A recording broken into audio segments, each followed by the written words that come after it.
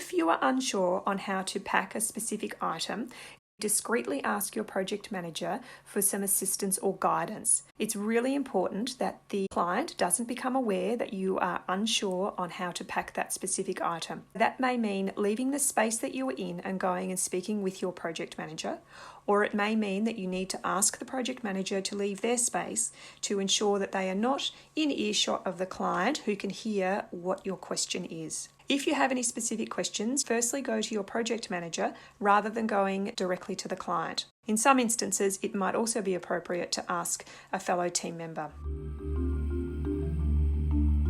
When we're packing up a client's home, we will see every single thing in that home. It's important though not to comment on the items that we are packing. For example, a client might have an extensive shoe collection, or lots of vases, or a very messy room. Our job is not to comment on those items, it is simply to pack them up. Maintain your professionalism and not comment on the items that you're seeing. Personal phone calls shouldn't be made or taken on site. However, if you have an urgent call that you need to make, do so quickly and out of earshot from the client.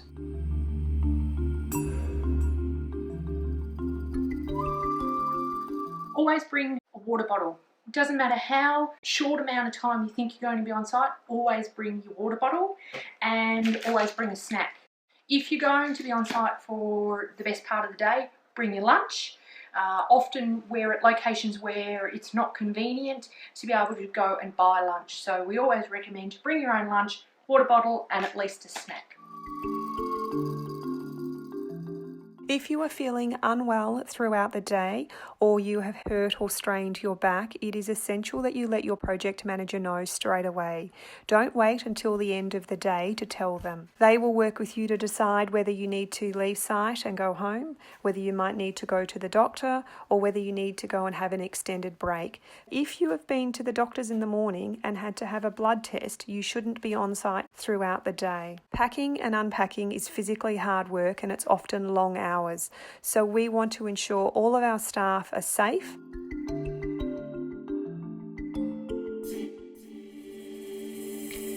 You get a 10-minute paid break for every 4 hours worked. If you are on site all day though, you will need to take a longer break.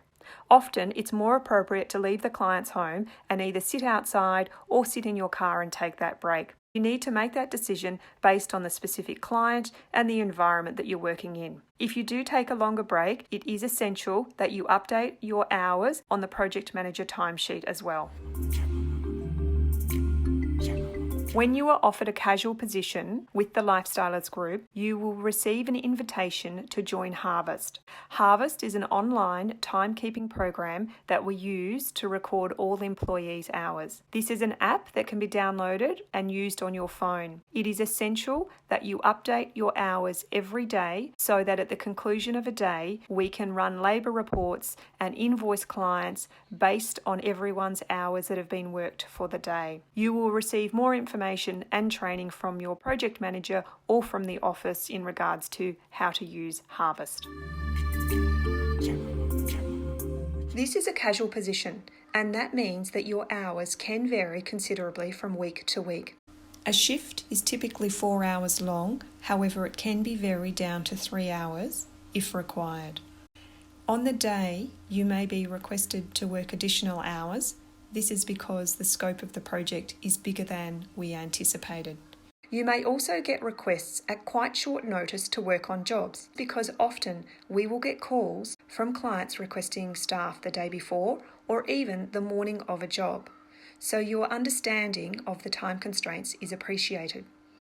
On the day of an unpack, you may also find that the office is calling you to change your start time.